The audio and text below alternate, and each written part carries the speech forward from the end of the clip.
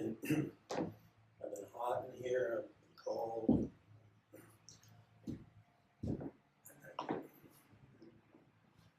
I've been fidgeting all night.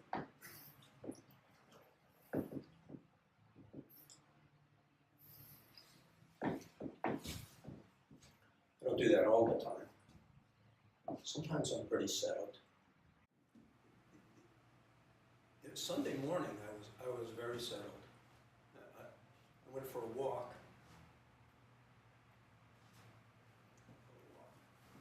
I went for a walk down the middle of the street at 7 a.m. It was, I don't know if you guys remember, at least where I lived, it was very foggy at 7 a.m. And I walked on the double yellow line. You know, there's usually a streetcar down Church Street, but it's quiet on Sunday morning.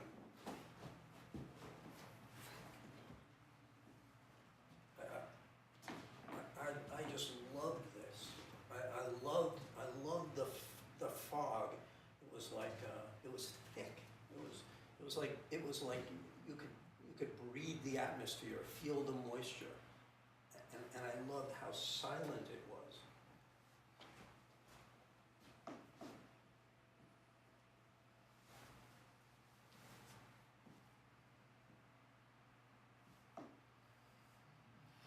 I think I have, maybe it's called tinnitus. Like, I always hear a little bit of something, even beside that fan.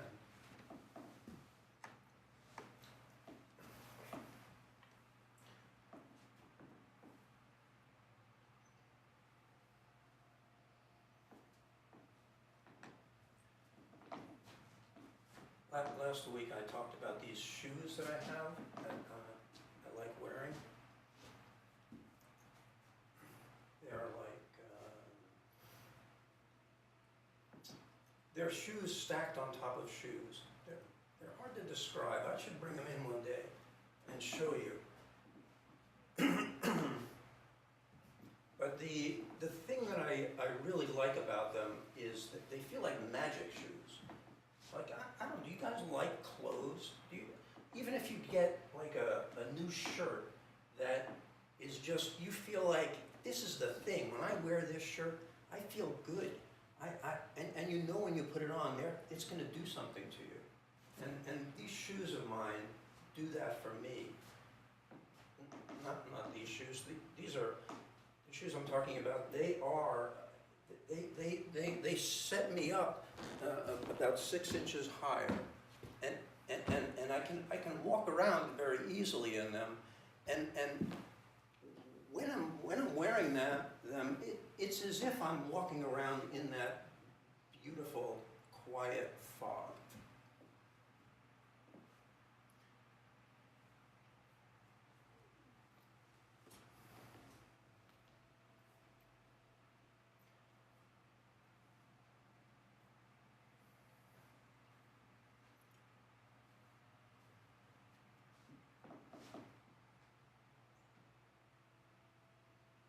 It's not always like that, of course.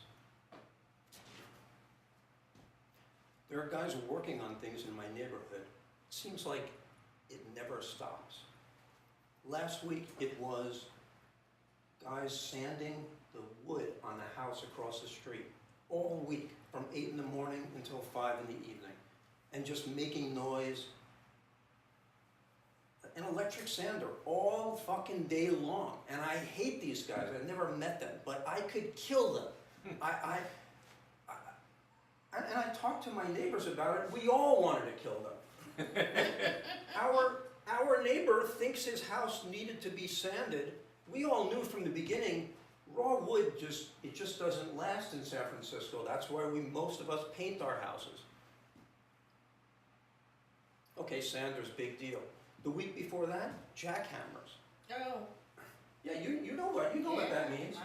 Jackhammers. I realize the reason those guys wear the hats is not because of the danger on the construction site. It's because we want to go and kill them. And hit them with something.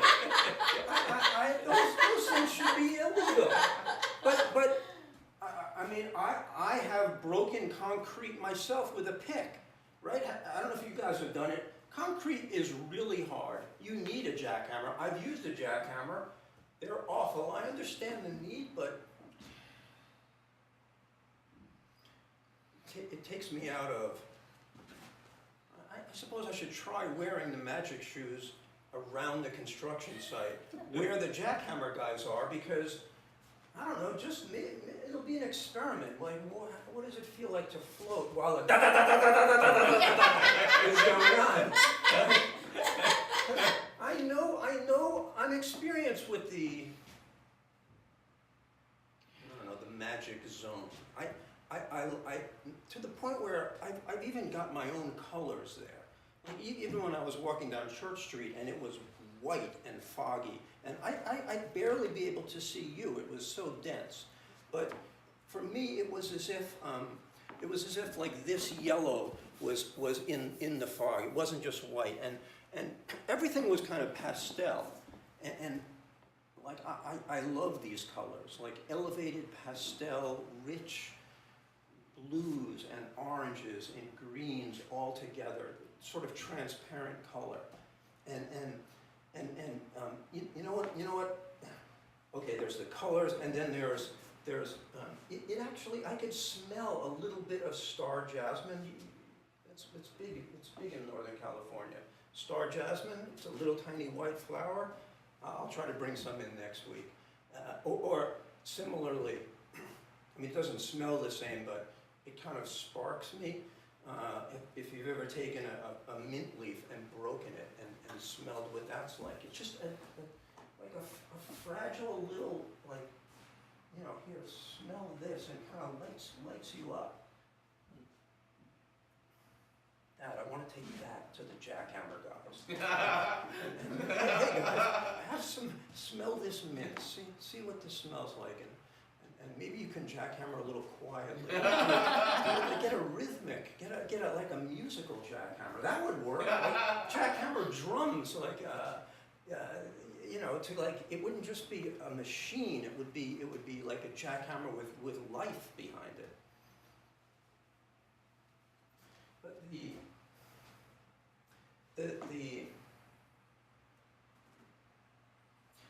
thing that kills me, the thing that is so painful about it is you know, the machine is the disconnect from you know, Robert, human being. Like, I have my own life inside of me that I want to live. I want it to be, you know, I want to live twice. I want to live a little bit more. And I know it's inside, but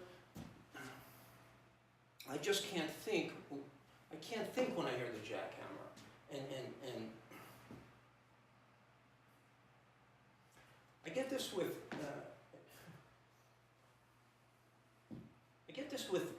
people too, with some people.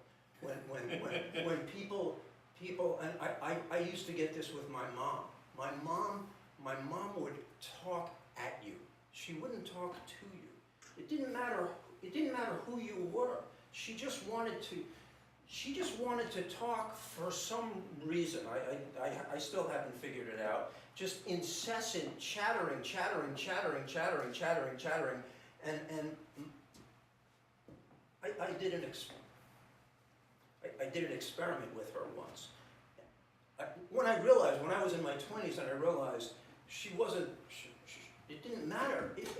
I thought, it doesn't matter what she's actually saying, she just needs to talk. So I did an experiment. I threw in a non sequitur. So she's talking about, like, you know, she went to the store and she got her hair done, and now she's cooking this food, and I threw in, Mom, I saw this great bicycle, and she shifted the conversation and started talking about bicycles, and then went off in this other tangent as if the thing she had just told me didn't matter at all. And I did that 2 or 3 times, and she would go anywhere. She just wanted to talk. And now I don't want to paint a one-sided picture. I actually had a couple of good heart-to-heart talks with my mom, and this is what I love. This is what I want from people. I want to have a heart-to-heart talk with you. You know, I want to have one with you. I want to know. I want to feel like we get each other. You hear me, I hear you.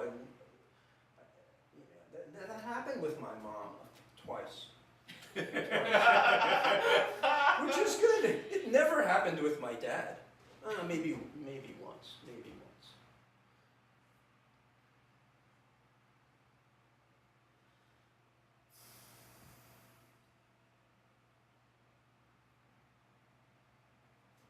Mom, Dad, Chuck, Paul.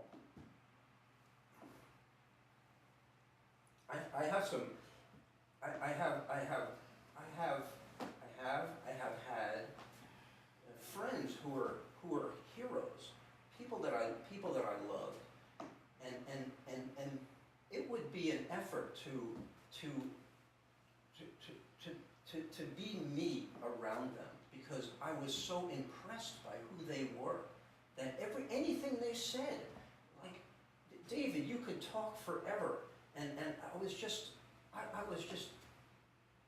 you know, what's the word, enraptured by his style, the things he talked about, the way he looked, the little mannerisms, and I just loved this guy so much that I ended up hating him because I just forgot who I was, and it's like I had this sore on my skin or in my life that was bloody, and I knew that I needed to heal that thing, but I just let David fill it in, so I didn't have to think about it.